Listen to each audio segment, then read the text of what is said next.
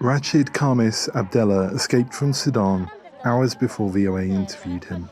He says he had been hiding from fighting inside the Sudanese town of Tendelti, just across the border from Chad, when armed men belonging to an ethnic Arab militia group broke into his home.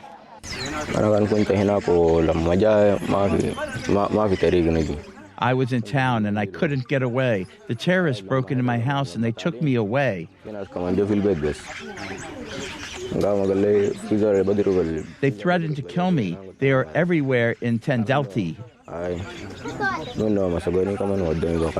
He says he was taken to a makeshift prison where he thought he would die, but an imam told the militia members to not kill him and instead release him across the border. Koufroun Adam says she fled Tendelti weeks ago, as soon as the fighting started, but has not heard from her son since.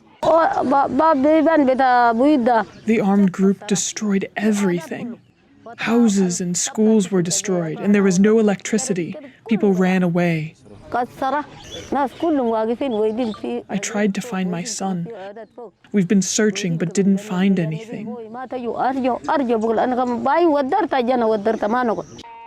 Weeks later, he's still missing. Despite their horrific stories, Abdallah and Adam are among the lucky ones. They have escaped Sudan and the violence. Those still in the country face a less certain fate.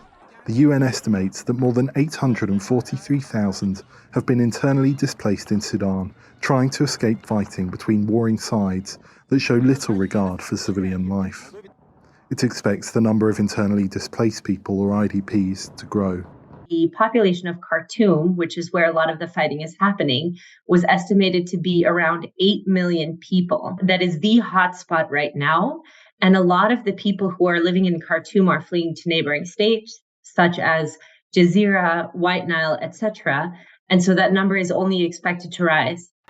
Humanitarian organisations say they've been struggling to get aid into Sudan to help IDPs, but some has begun to trickle in over the past 2 weeks. Aid groups and media lack access to Sudan, so the humanitarian situation for IDPs is unclear.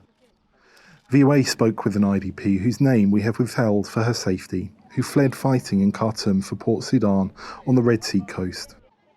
She says she had to leave her family behind in Khartoum. This is the hardest decision I have ever had to make.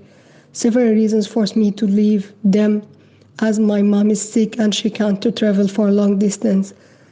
I witnessed beatings, lootings and shootings for the target civilians in their homes. And lately we started to hear cases of rape. Victims and health workers have reported numerous cases of sexual violence against women still inside Sudan. Wilkins for VOA News, Koufroun, Chad.